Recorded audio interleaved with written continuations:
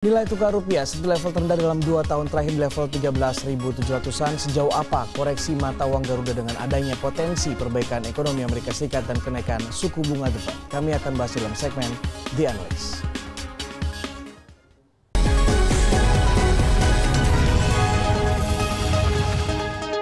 Telah bergabung bersama kami David Sumual, ekonom BCA. Terima kasih Mas David. Selamat sore. Ya, selamat sore. Terima kasih sudah bergabung bersama kami. Sejauh apa pelemahan nilai tukar rupiah, prediksi Anda? Ya, kalau kita melihat memang ini kan rentetannya agak negatif sejak awal tahun ya. Kita melihat awal tahun tuh diawali dengan reformasi pajaknya Trump yang menurunkan pajak 35 ke 21%. Lalu diikuti dengan data upah waktu itu tiba-tiba 4 minggu yang lalu meningkat cukup tinggi sehingga bursa rontok di Amerika dan juga di emerging market termasuk juga mata uang emerging market. Nah, terakhir lagi terpukul oleh pernyataan dari Gubernur Fed yang baru, Jerome Powell, yang menyatakan bahwa ekonomi Amerika ini pulih lebih cepat dari perkiraan dan dia juga melihat ada kemungkinan reformasi pajak Amerika ini akan berdampak positif buat ekonomi Amerika. Dan ini kita lihat memang tekanannya ke semua mata uang emerging market termasuk juga hard currency sebenarnya. Oke. Nah sejauh apa kalau Anda lihat dari potensi keyakinan dari pelaku pasar dan juga Powell yang mengindikasikan bahwa ini 3 kali sudah pasti nih kenaikan suku bunga tahun 2018 ini. Sejauh apa nanti rupiah tertekan terhadap dolar Amerika? Kalau saya melihatnya masih kemungkinan sekitaran 3 kali ya. Ada beberapa pelaku pasar yang mengatakan bisa 4 sampai 5 kali.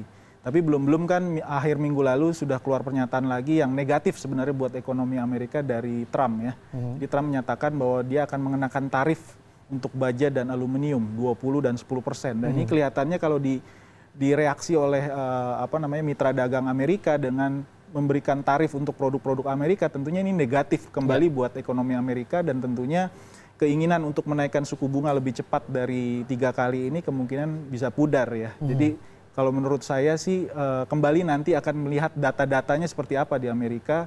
Akhir minggu ini akan ada data non-farm payroll. Ke depan data manufaktur, inflasi juga akan dilihat oleh pasar dan juga nanti tanggal 21 Maret juga jadi penentu ya apakah FOMC akan mengeluarkan pernyataan di mana akan ke 4 kali bukan 3 kali seperti jika data-datanya positif berarti potensi dari dolar akan semakin menguat. Ya kemungkinannya sekarang mungkin belum fully price in ya. Kalau misalnya nanti diafirmasi oleh pernyataan dari Jerome Powell di 21 Maret atau mungkin di notulennya di bulan April baru mulai jelas ya arah mungkin mata uang global ya. Tapi untuk sementara ini sih ekspektasinya masih melihatnya di kondisi di sekitaran 3 kali ya. 3 kali kenaikan suku bunga. Kalau kita lihat dari data sejak Januari hingga Februari ini sebenarnya sudah pelemahan ada sekitar 250 poin untuk nilai tukar rupiah. Nah, sedalam apakah nanti di 2 bulan berikutnya atau mungkin di 3 bulan berikutnya setelah adanya rapat FOMC dan juga potensi kenaikan suku bunga The Fed, apakah bisa kita pukul rata seperti itu? Sebenarnya kalau kita masih melemah berbarengan dengan mata uang emerging market yang lain dan mitra dagang utama kita sebenarnya tidak banyak yang perlu kita khawatirkan ya. Kita kan melemah sekitar 1,5% sejak awal tahun. Negara tetangga seperti Malaysia, Filipina mungkin sedikit lebih lemah dari kita, tapi ada juga yang lebih kuat dari kita seperti baht ya misalnya. Jadi ini berbeda-beda ya. Dan saya pikir kalau dalam kondisi posisi 13.6 sampai 13.8 ini memang level fundamental kita ya. Tapi kalau lemah dari itu mungkin akan berbahaya juga buat ekonomi kita terutama para importir ya. Dan juga bisa mengganggu juga minat investasi. Walaupun sejak awal tahun sebenarnya minat investasi cukup bagus ya. Ini karena masalah eksternal saja. Jadi kita lihat setelah Fitch menaikkan rating kita dan kemungkinan juga nanti Moody's menaikkan rating ini jadi positif. Belum lagi nanti ada Barclay Global Index ini potensi sekitar 5 billion ya bisa saja masuk ke Indonesia. Oke, kita lihat sekarang pergerakan nilai tukar rupiah dalam sekitar 2 tahunan terakhir yang memang rupiah sempat juga menyentuh level yang sama pada saat ini 13.700-an tepatnya di bulan Februari hingga Januari 2016 dan sempat juga bahkan di level 14.693. Ini pada tanggal 25 September ya 2015. Kemudian juga di 2016 masih ada level 13.7. Kemudian cukup stabil gitu bisa dikatakan selama 2 tahun terakhir walaupun akhirnya kembali ke level 13.700-an, level terendah dalam 2 tahun terakhir. Anda melihat secara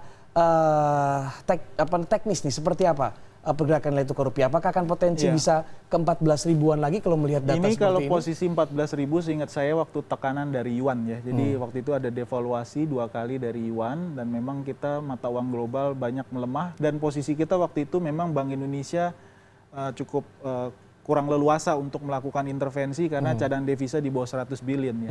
Tapi kalau posisi sekarang sebenarnya cadangan devisa hampir 132 billion.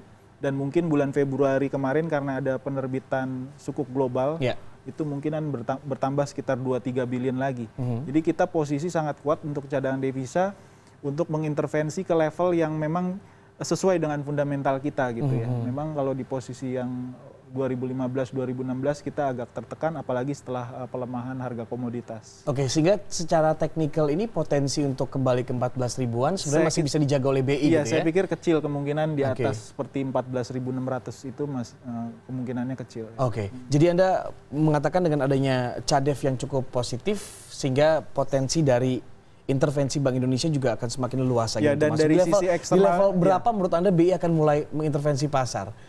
Ya, saya pikir kalau di posisi sekarang sih sebenarnya cukup baik buat eksportir maupun importir ya. Tapi kalau di level di atas 14.000 dan kemarin juga ada pernyataan dari Bank Indonesia sebenarnya kalau di posisi di atas 13.800 nampak kurang nyaman begitu ya. Oke. Tapi kalau di bawah itu kelihatannya masih sesuai dengan fundamental. Gitu. Oke, kalau kita mengatakan fundamental kan memang banyak yang bilang gitu, BI pun juga mengklaim bahwa pelemahan ini tidak hanya terjadi dengan rupiah gitu ya, bahwa hampir seluruh mata uang juga melemah terhadap dolar Amerika Serikat dan juga secara persenan pelemahannya pun juga kita tidak yang terdalam gitu. Namun kan juga pasti masyarakat juga berpikir untuk yang sejauh apa gitu loh pelemahan ini, karena kalau dalam 2 bulan terakhir saja dari 13.5 ke 13.7 gitu kan, apakah kita perlu sedikit khawatir kalau gitu? Sekarang sebenarnya kita agak lebih tadi ya karena cadangan devisa, kondisi fundamental bagus dan kemungkinan tadi upgrade dari rating agency ya. Jadi minat dari portofolio investor masih cukup kuat. Dan yang kedua sebenarnya ini masalahnya kan eksternal. Beda dengan waktu pelemahan tahun 2006 misalnya, itu masalahnya internal, domestik, dan kita waktu itu ada masalah soal subsidi BBM yang membengkak besar sekali. Tapi kalau sekarang saya perkirakan ini mungkin walaupun melemah sebenarnya secara relatif kalau semuanya melemah sebenarnya mitra dagang kita dari sisi fundamental ekonomi harusnya tidak banyak terganggu ya. Dan mungkin yang perlu diwaspadai juga mungkin importir, mereka perlu hedging, mungkin investor juga mungkin perlu hedging, dan sekarang memang ada kewajiban hedging ya. Peraturan kewajiban hedging buat investor maupun juga importir misalnya. Kalau kita tarik dari pasar modal, kalau kita lihat dari pergerakan IHSG pun juga ternyata cukup tertekan, walaupun memang pasar saham dunia pun juga sedang merah-merahnya gitu ya setelah statement dari Donald Trump yang mengatakan bahwa akan menggunakan tarif baja dan juga aluminium. Tadi dari Nasution ada pernyataan juga dari di Detik Finance bahwa kalau misalnya IHSG-nya tidak terlalu terkoreksi seperti rupiah itu sebenarnya masih aman. Tapi ternyata buktinya juga sekarang IHSG sudah di level 6.500-an. Apakah potensi dari outflow-nya ini juga akan semakin besar dengan adanya kembali potensi kenaikan dari suku bunga The Fed, kemudian juga perekonomian Amerika Serikat yang semakin membaik bahkan lebih cepat dari proyeksi? Kalau IHSG memang kelihatannya memang valuasinya jadi kelihatan mahal karena memang pasokan ya perusahaan-perusahaan baru yang masuk ke bursa itu tidak begitu besar ya. Tahun lalu memang sekitar 30 perusahaan tapi kapitalisasi kecil ya. Jadi memang masalahnya kita bagaimana membuat lebih banyak lagi perusahaan-perusahaan masuk ke bursa, itu masalahnya. Jadi membuat valuasinya jangan terlalu mahal seperti sekarang ya. Jadi kalau menurut saya sih memang mau tidak mau ya ketika ada masalah likuiditas di global ya dan emerging marketnya juga bermasalah ya, potensinya besar untuk pasar modal kita mengalami koreksi. Ya. Sejauh apa? Apakah sama seperti nilai tukar rupiah yang bisa dikatakan cukup dalam lah ya pada awal tahun ini 250 poin, bagaimana dengan IHSG? Kalau menurut saya sih koreksi yang sekarang terjadi masih sehat ya. Jadi memang sama juga dengan Dow Jones kan naiknya juga terlampau besar ya. 26% dalam setahun kita lihat Dow Jones. IHSG juga kita kurang lebih sama ya kenaikannya. Jadi saya pikir perlu ada koreksi juga sebenarnya kalau pasar terus naik karena juga sudah itu terlalu tinggi gitu kenaikannya ya.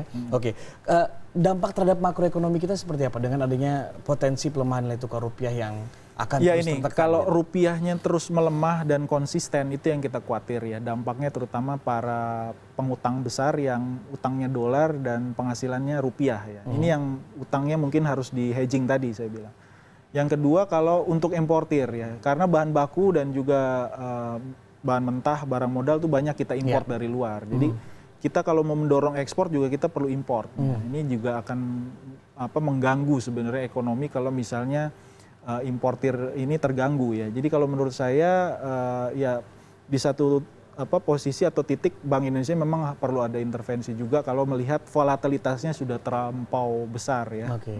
Masuk di level setelah berapa intervensi menurut Anda yang Ya tepat? itu gitu? strategi Bank Indonesia ya. Saya mungkin Bank Indonesia yang bisa berkomentar. Tapi kalau menurut saya sih ya dijaga saja di level fundamentalnya. Oke, 13.6 ke 13.8 menurut Anda ya. Bagaimana ke investasi dengan adanya pelemahan ini kan juga sebenarnya akan cukup positif gitu ya untuk apalagi investor ya ini kalau asing. misalnya melihat posisi sekarang buat portofolio investor menjadi menarik ya. Karena kalau ada potensi penguatan berarti dia ada double profit ya dari yield dan juga dari penguatan rupiah misalnya. Tapi memang tetap mereka harus lihat risiko eksternal ya, terutama kemungkinan kenaikan suku bunga Fed yang lebih cepat dari perkiraan. Oke, untuk neraca dagang seperti apa?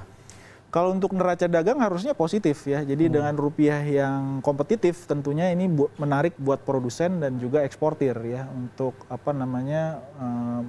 melakukan ekspansi ya. Jadi saya pikir rupiah yang sedikit kalaupun misalnya yang lain emerging market melemah kita menguat sendirian juga ini buat saya agak mengganggu ya nanti terutama buat para eksportir ya. Oke, yang paling nanti bisa dirasakan oleh masyarakat kan kalau kita lihat dari penghitungan BBM misalnya gitu kan, karena komponen nilai tukar rupiah itu kan selalu masuk dalam perhitungan gitu. Kemudian juga tarif dasar listrik gitu. Sampai sejauh apa ini nanti menurut Anda akan mempengaruhi akhirnya ke... Untungnya ada korelasi negatif biasanya. Kalau misalnya komoditas atau minyak naik, itu biasanya dolarnya melemah. Atau sebaliknya kalau seperti sekarang dolar menguat tuh komoditas biasanya menurun. Ya walaupun kan kita membelinya juga pakai dolar Amerika Jadi, gitu untuk rata-rata harusnya juga netral ya. Kalau misalnya harga komoditas naik, dolarnya menurun, berarti kan dampaknya harusnya netral.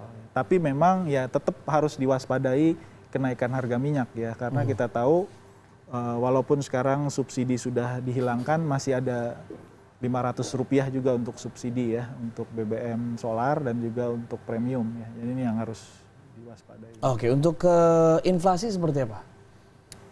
Kalau untuk inflasi saya pikir masih pengaruh dari makanan yang besar ya. Jadi bulan lalu itu Februari agak rendah sesuai ekspektasi kami 0,16% ya. Itu karena harga beras yang menurun ya. Jadi kuncinya bagaimana pemerintah menjaga harga pangan sebenarnya. Tapi kalau nanti rupiahnya terus melemah tentu akan ada pengaruhnya ke imported inflation. Nah, itu yang harus juga diperhatikan. Oke, untuk investor falas, apakah saat ini sebenarnya waktu yang tepat karena Anda mengatakan bahwa nilai valuasi rupiah itu yang tepatnya 13.6, 13.8 sehingga bisa dikatakan ini sudah menyentuh level terbawahnya, apakah ini waktu yang tepat untuk para pemegang dolar gitu untuk menjual sekarang? Tentu sangat menarik ya buat para eksportir ataupun investor ataupun juga mereka yang punya dolar melihat kondisi sekarang cukup menarik untuk menjual dolarnya gitu ya. Tinggal sekarang mungkin perhatikan juga news events yang terjadi terakhir-terakhir ini bagaimana dampaknya ke rupiah, terutama mungkin nanti 21 Maret seperti apa pernyataan dari gubernur dari Fed ya. Oke, jika 21 Maret kita berandai-andai benar-benar naik gitu ya untuk Fed fund rate-nya, rupiah bisa kemana? Ya mungkin akan ada sedikit gejolak ya, tapi saya masih percaya itu masih di bawah 14.000. Oke, masih akan ditahan juga karena BI juga akan lebih leluasa gitu. Karena mungkin pasar ya. Pricingnya itu mungkin hanya sedikit lagi ya, kalau misalnya mau 4 kali atau soalnya di pasar juga ada wacana 5 kali, tapi menurut saya sih maksimum 4 kali ya, karena kalau lebih dari itu mungkin juga akan direaksi sangat negatif di pasar obligasi maupun pasar modal Amerika. Oke, untuk suku bunga Bank Indonesia sendiri 7 days repo rate menurut Anda apakah akan ada adjustment terhadap dengan potensi kenaikan dari Fed fund rate ini?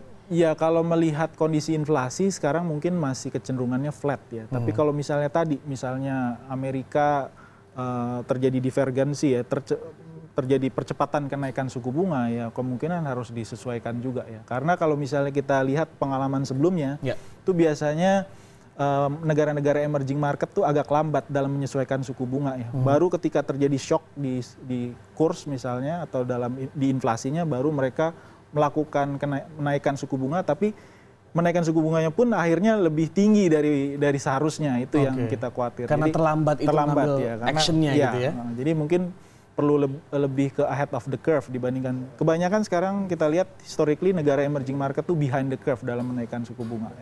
Baru tahun ini kita lihat Malaysia menaikkan, Singapura ada sinyal untuk menaikkan juga. Walaupun Anda melihat BI nampaknya masih belum ada masih akan menahan karena lihat inflasi mungkin masih cukup stabil. Baik. Terima kasih David Sumual, ekonom BCA sudah bergabung bersama CNN Indonesia Business.